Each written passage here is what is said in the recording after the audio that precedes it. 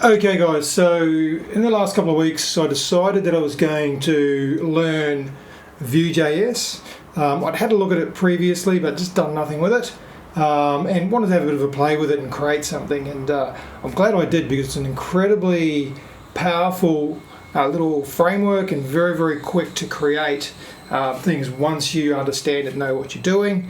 I went through a few iterations trying things. I ended up using Vuetify and Pinia, and it just made the whole process incredibly simple. And Vuetify's UI is based on material design, and it's got a stack of components. Pinia is used for your state management, global actions, all that sort of stuff. So really good setup in the end.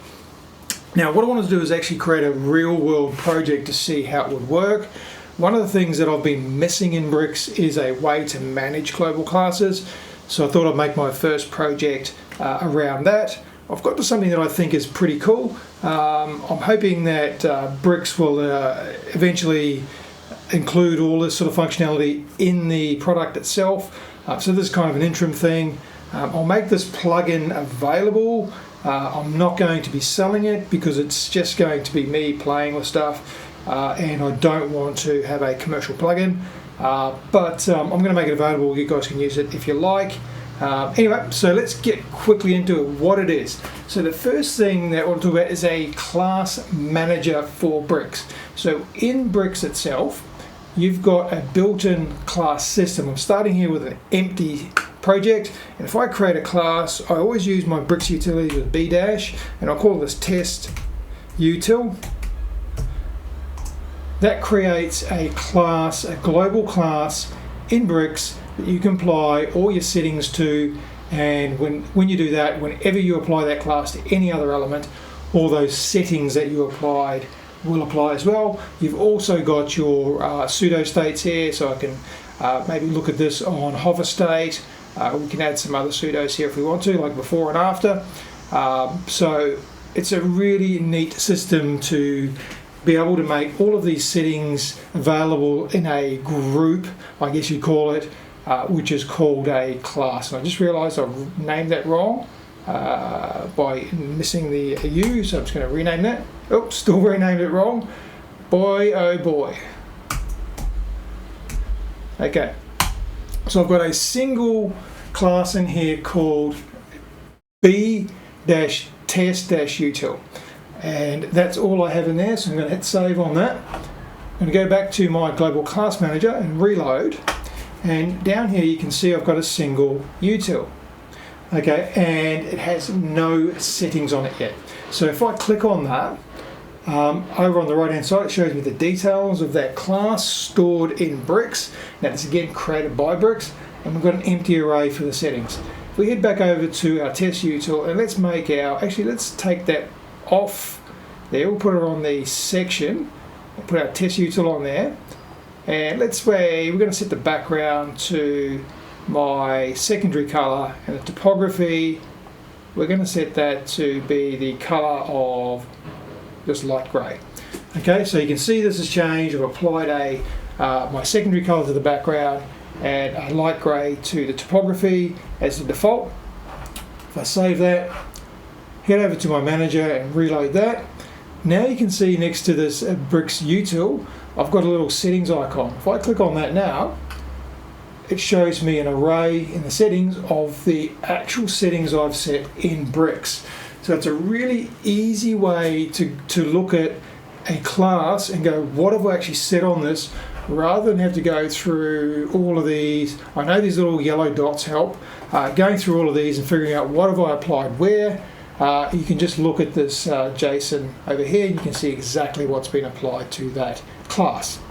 Okay, now the other thing that I use a lot is the BEM naming. So what I've done here is we'll come back to these F and X ones up here because we haven't imported anything external yet.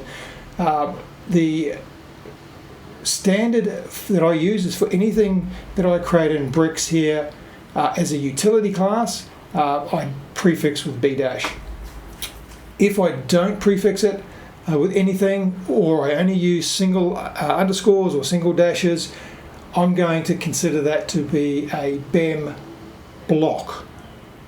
If the class name has 2 underscores in it, I'm going to consider that to be a BEM element, and if it's got the 2 dashes, I'm going to consider that to be a BEM modifier. And let's create a few classes for that. So I'm going to now select this block here, so the section here, and let's call that a test block.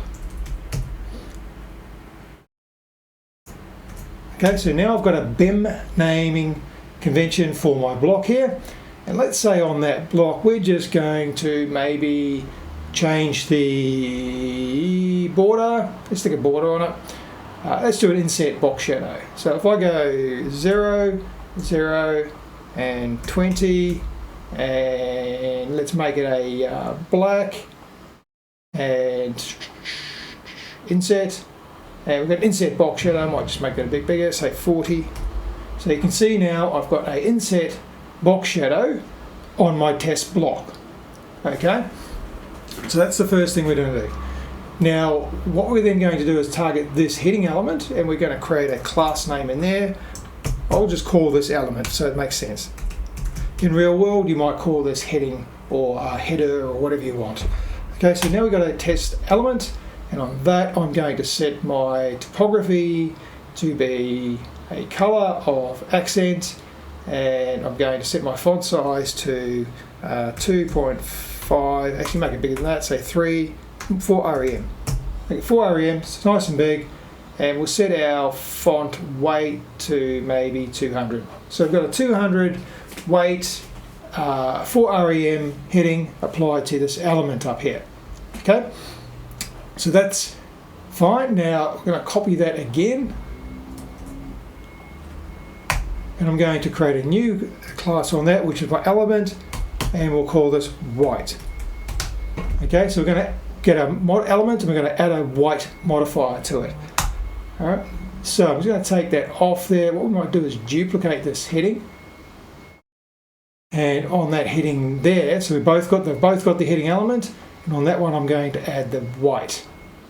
Okay, and now on our white class, I'm going to my typography, I'm going to set that color to white.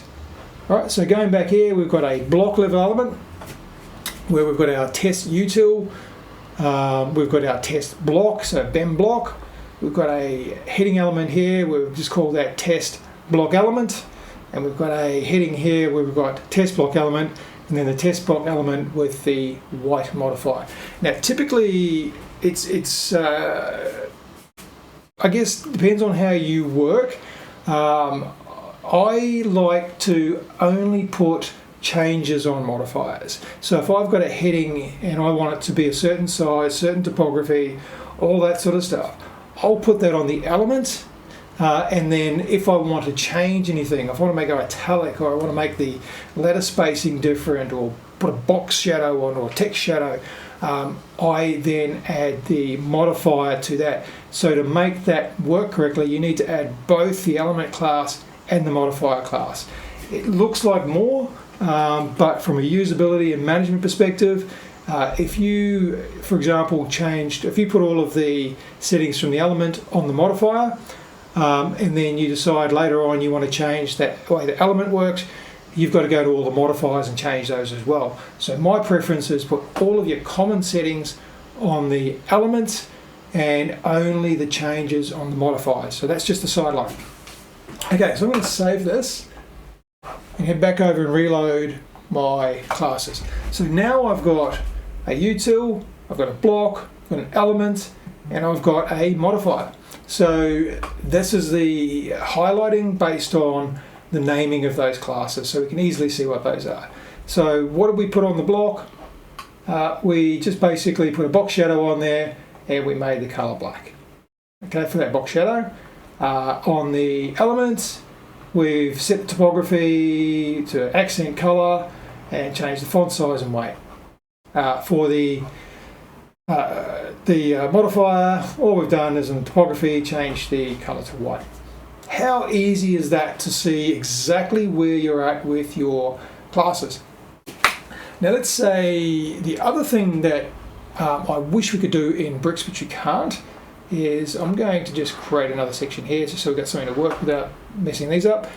Once you've created these classes in bricks, there's no way to reorganize those, which is okay because the autocomplete, if I start typing white, it only finds the white there. So the autocomplete works really, really well. The search, I should say, not the autocomplete, works really, really well. So the order doesn't matter as far as finding the classes. What it matters in is how you define the elements. So for example, if I created this white modifier and then, I don't know why you do this, maybe accidentally, and then I created the element after that, and the element has a color for the typography, the element's going to override the modifier because it's later in the printed CSS. So the order will matter if you've got overrides on your modifiers, etc. So let's say we mess this up. Let's say I created this and I put the element after the block. So let's just do that. So I'm going to save my changes, head back to my builder.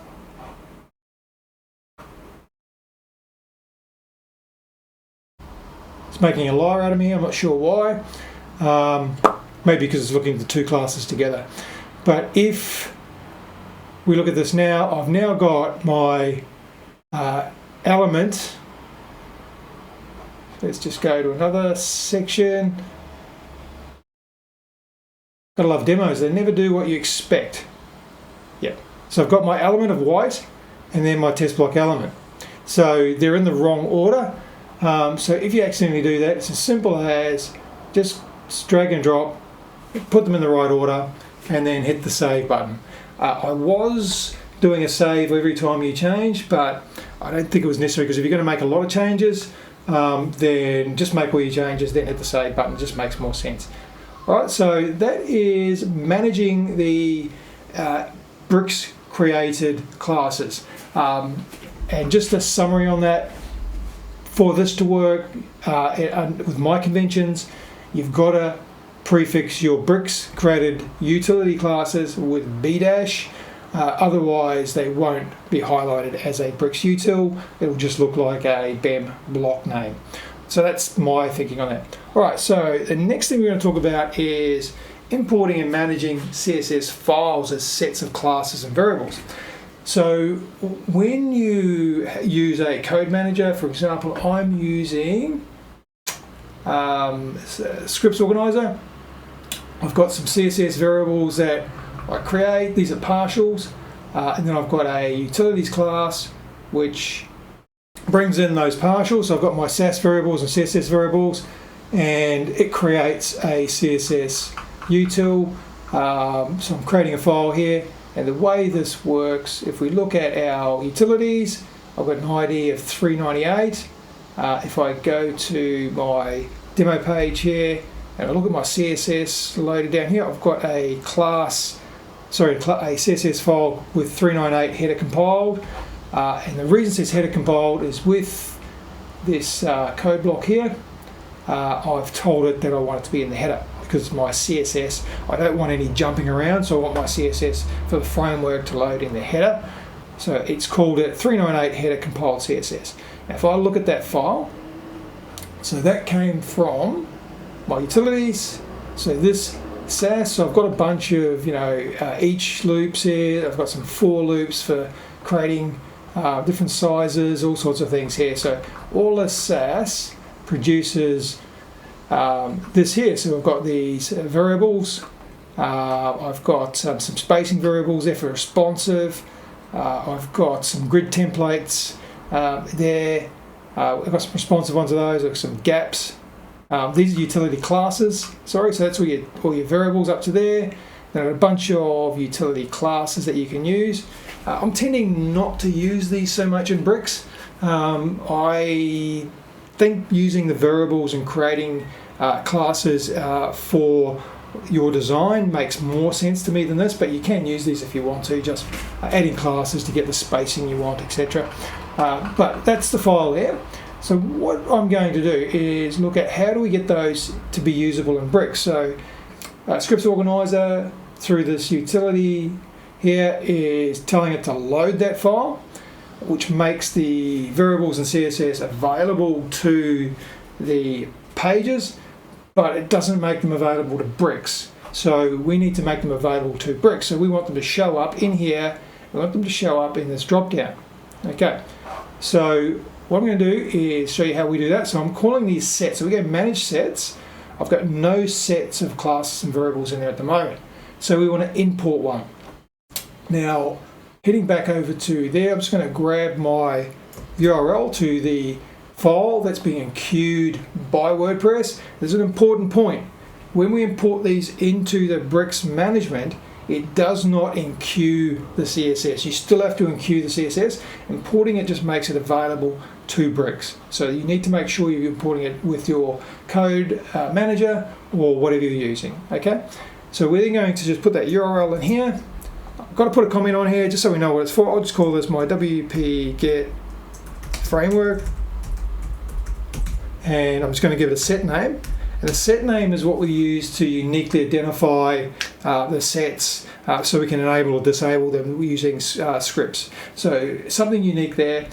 If you use a set name that's already been used, it will overwrite that set. So make sure this is unique. And then we hit the fetch URL. This goes off and grabs that CSS file. It passes out all of the classes so you can see what are the utility classes, etc. That are in that CSS file, and what are the variables.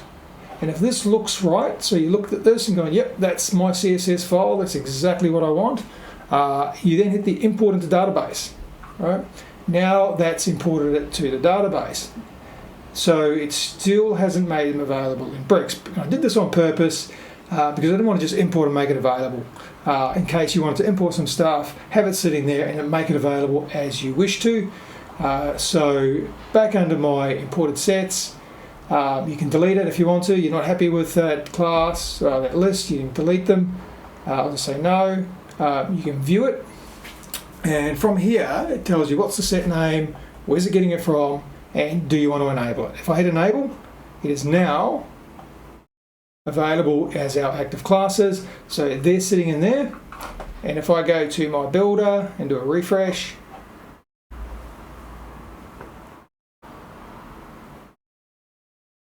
okay, I'm just going to add a section so we've got something to check classes on.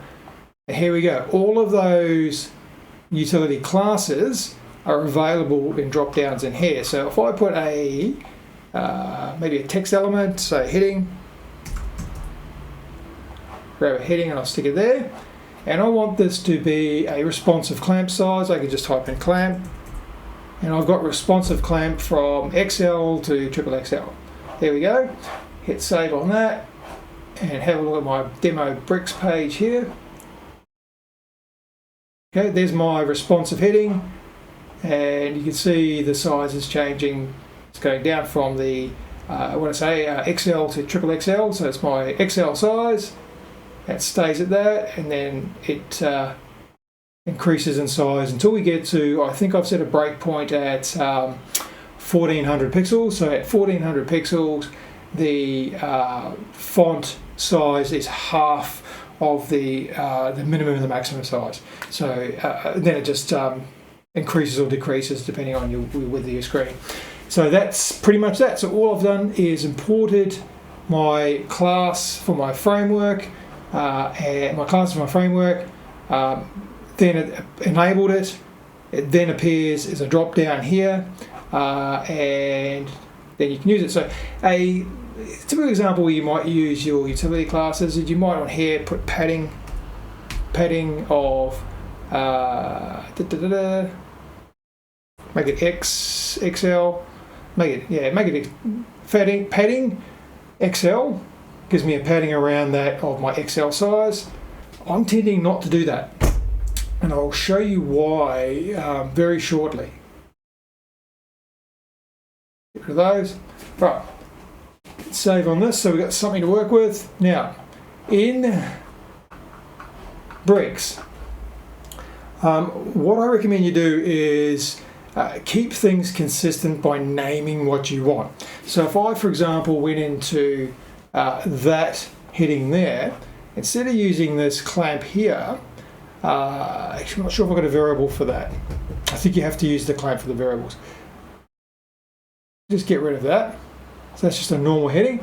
What I would tend to do is create a util for that, or a BEM block. So if it's a stay util, you just do b text XXL.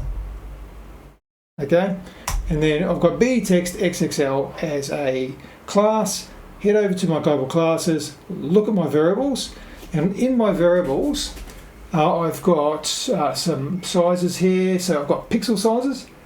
So px size, so that's a fixed size. You use that for spacings generally. And then I've got rem sizes. You've got what have we got here? Auto, large, medium, normal, small, XL, and XXL. So I think I call that XL. So I'm going to just click on that, and that copies the variable to the clipboard.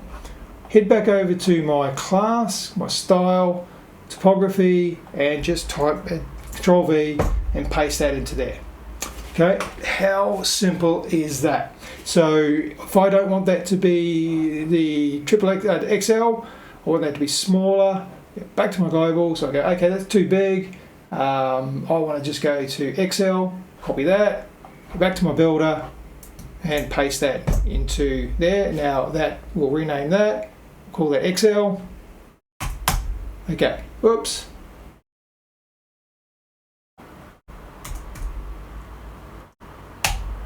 Okay, so that's one way of doing that.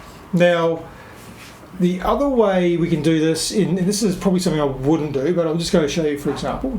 If we refresh that, go back to my classes here, and reload, and down the very bottom, I've now got my utility class I've created there. So Bricks utility, text XL, and there's the settings for it. Okay. Let's go back to this and do this in a different way. So let's go back and go, okay, we're not going to do it that way. We're going to delete that. Let's create this as BEM. Okay. So I'm going to put a class name of heading block. I'm going to call this a heading block, okay? And on that heading block, I'm not going to set any settings on that because I want to use this for modifiers. Maybe actually we won't call it heading block, we'll call it heading size.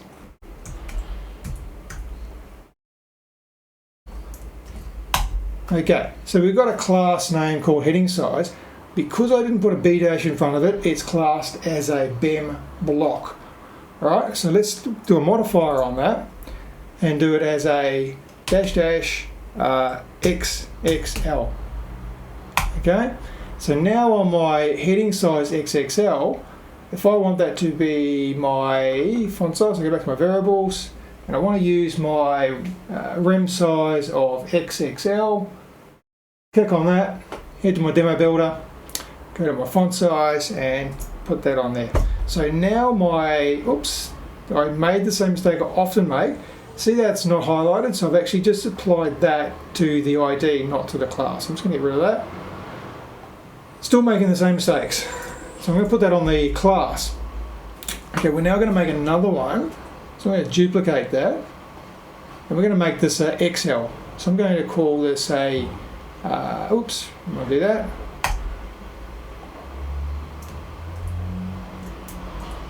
Oops.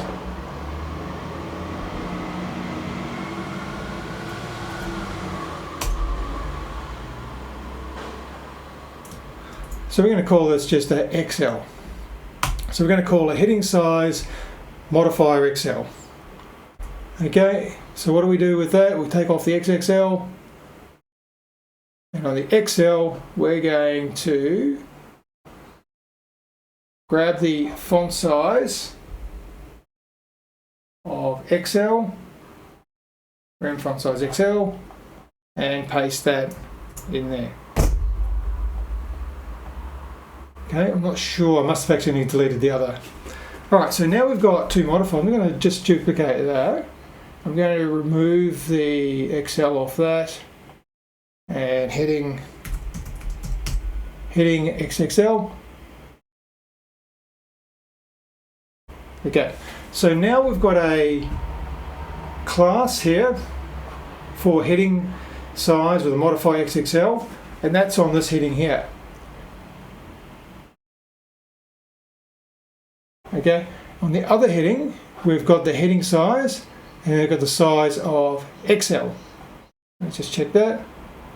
So we've got XL and XXL. Right, now hit the save, back over to our class manager, and down the bottom here, we now can see these are actually a BEM block. So it's got the orange, it's a BEM block called a heading size. We've got a modifier for XXL and a modifier for XL. And all of these, except for the heading size, has got no settings on it.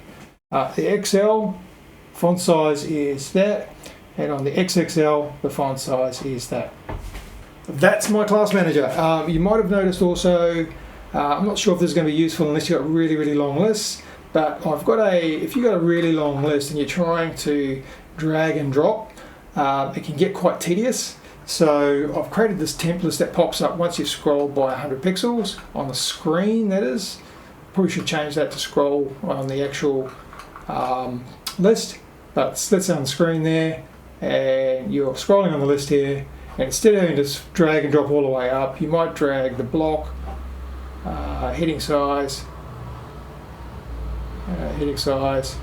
so drag those through to there. Oops. Let's say you want to stick those at the top, you can drag them into there and reorganize them if you want to.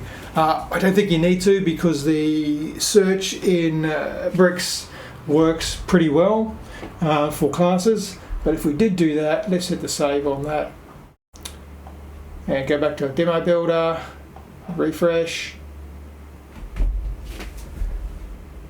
and say click on anything, and we'll see that those classes are at the top now, the ones that we just created. So you can reorganize them if you want to.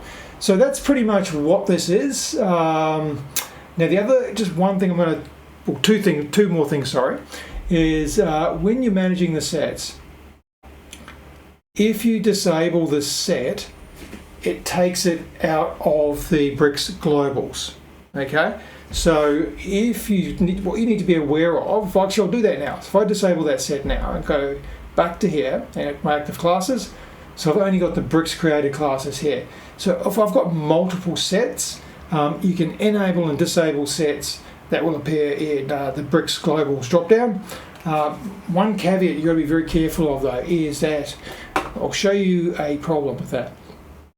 It's going to enable it again. So there it is there. Whoops.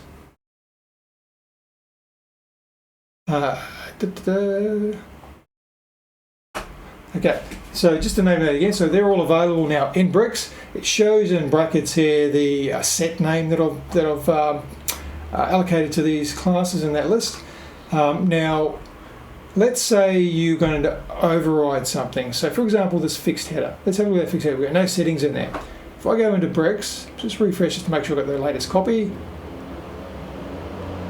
Okay, if I go into Bricks and I go to my fixed header, okay, and on my fixed header, I set my background color to be this color here. Okay, so I've changed that, save that, and head back over and reload. Now you can see on my fixed header here, I've got a settings icon. So if I click on that, it shows me that I've set my background color. So that's, even though that's an external framework class, my Bricks settings are going to override that. So you can start with a base from your framework, and in Bricks you can override those settings in the class system. So one caveat here is that these settings are saved in the Bricks Globals options table. So what happens when I remove these classes or disable them, it removes them from the options table, so you will lose any of these settings. And I'll show you what I mean by that. If I go back to my manage sets and I go in here and disable and go back to my active classes, so now those classes are gone. If I then go back in and enable and go back, my classes are back, but I've got no settings on the fixed header anymore because it's gone back to the defaults from the imported class. So that's one little thing you've got to be aware of, is that you've got to be careful if you do any overrides on any of these external framework classes. If you disable them in here and then re-enable them, you lose any of those changes that you made. Those overrides, I should say, in bricks. So that's pretty much it. Now, I'm pretty happy with this. I think it works pretty well. There is something you need to be aware of, which I'm not sure of the solution for yet, and it's not a problem, so I'm not going to worry about it just yet. And that is, if we look at our console here, and do an F5, I'm getting a couple of errors in the console here. And what that is, VueJs is somehow interfering with WordPress in the admin backend. Now you don't see this with Bricks itself because Bricks doesn't run in the back end. Bricks actually runs in the front end, and so you don't have these issues. But what it seems to be doing is there's a JavaScript for an SVG painter, and JavaScript for a media editor, and there must be some function clashes with VueJs, which happens, and there's also a heartbeat that runs every now and then. You'll see a error here for the heartbeat. Now, we're not using the SVG painter, we're not using the media editor for this, so it does not matter. But when you look in your console and see these errors, you might panic and think, oh my god, it's broken. It's not broken, it's just clashing. But I would say if I develop this further, I might actually move this to a front end page, or put this into an iframe, so it's not affecting the WP admin backend. Not sure yet, but you can use this without worrying about those errors. So that's really the point I wanted to make. So yeah, so I'm pretty happy with this as my first project in Vue. It works pretty well, very easy to maintain, very easy to edit and add and change things. So yeah, I'd love to hear what you think. So I see this as being a temporary thing. I'm not going to do too much development on this because I suspect that at some point this sort of stuff's going to be a part of the core Bricks theme. Keep calling it a plugin. So I'm pretty sure it's going to be part of the core. It's somewhere in the roadmap down the end. It doesn't have anywhere near as many votes as, you know, widgets like pop-ups and menus and things like that, unfortunately. But I think it'll actually eventually get there. So this is a temporary thing. So I hope you like it. If you do, hit the subscribe, hit the like, and let me know what you think. Thank you.